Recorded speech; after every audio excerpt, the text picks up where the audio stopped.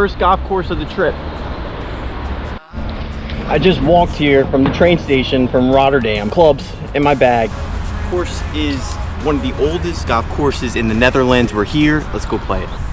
To the other side, and we'll head over there now.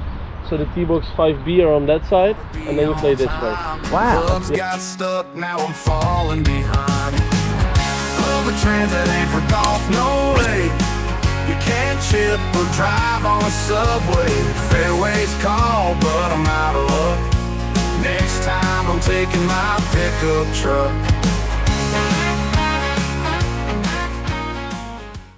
Box back here. Yeah.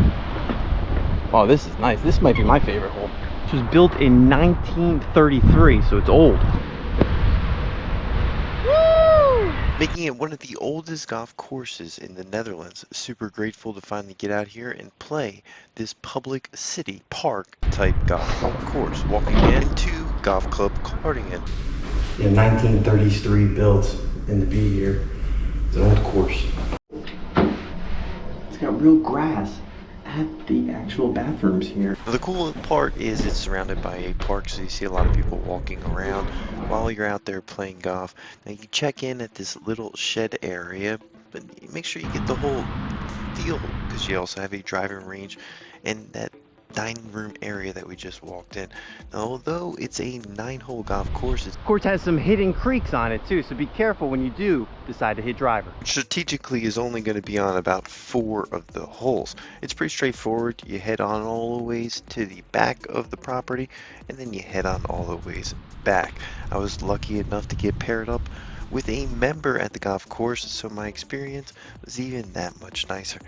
Getting to get a good feel for the golf course, its rich history being built in 1933 and stretching 2,357 meters for 9 holes, or 4,689 meters for its full 18 holes. Now I will give it the benefit of the doubt, they just aerated the fairways here. There's nothing better than starting off with a par on number 1, which is a long par 3. Not a lot of people that hit a par in their first one. And there's not a lot of golf courses that have their own Wikipedia page, which makes it a little bit easier. Being one of the oldest golf courses in the Netherlands and being public, it's really lucky to play a course like this. But it also is 7 meters below the NAP, which makes it the lowest laying course in Europe. Now, I played the lowest below sea level in the United States, which is in Death Valley, so it's cool to play both continents, the lowest sea level golf course. It's interesting. It was always a 9-hole golf course, but it was also called Rotterdam Golf Club, RGC, until 1981. And that was because they built another 18-hole golf course for members, to making it a full 18-hole. And as a result, it turned public. Overall, it has hosted numerous tournaments, which of the non-members and members, the Rotterdam Golf Open, which is an open stroke play championship in Rotterdam, and a few youth tour events. The nicest part about this golf course would be the streams that cut through it. Almost every hole has an opportunity to hit the ball into some water.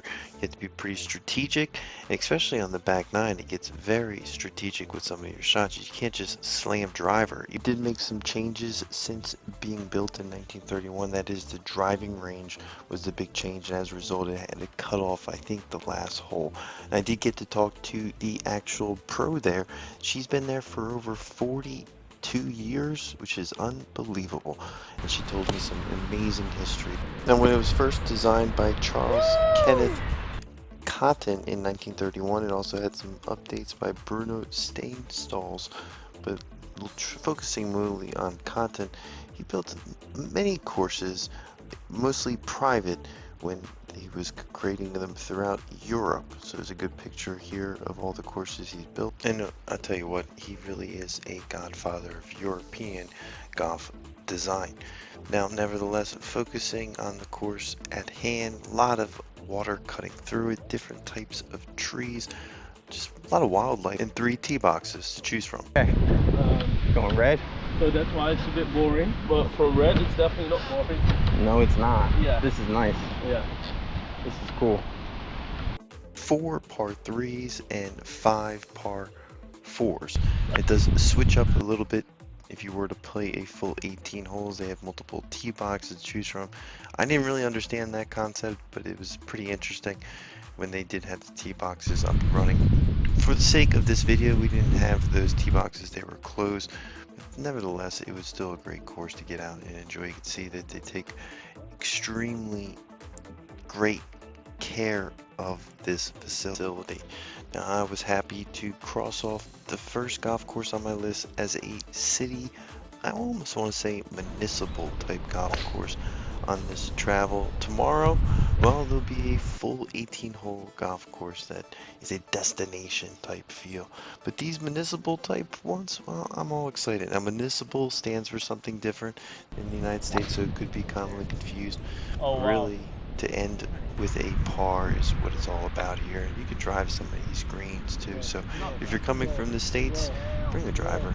What the heck?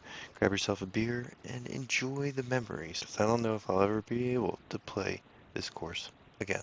That's going to do it for our list. Keep a lookout for more videos to come. This is the Parfester, an independent golf channel focused on fun, affordable golf in your area.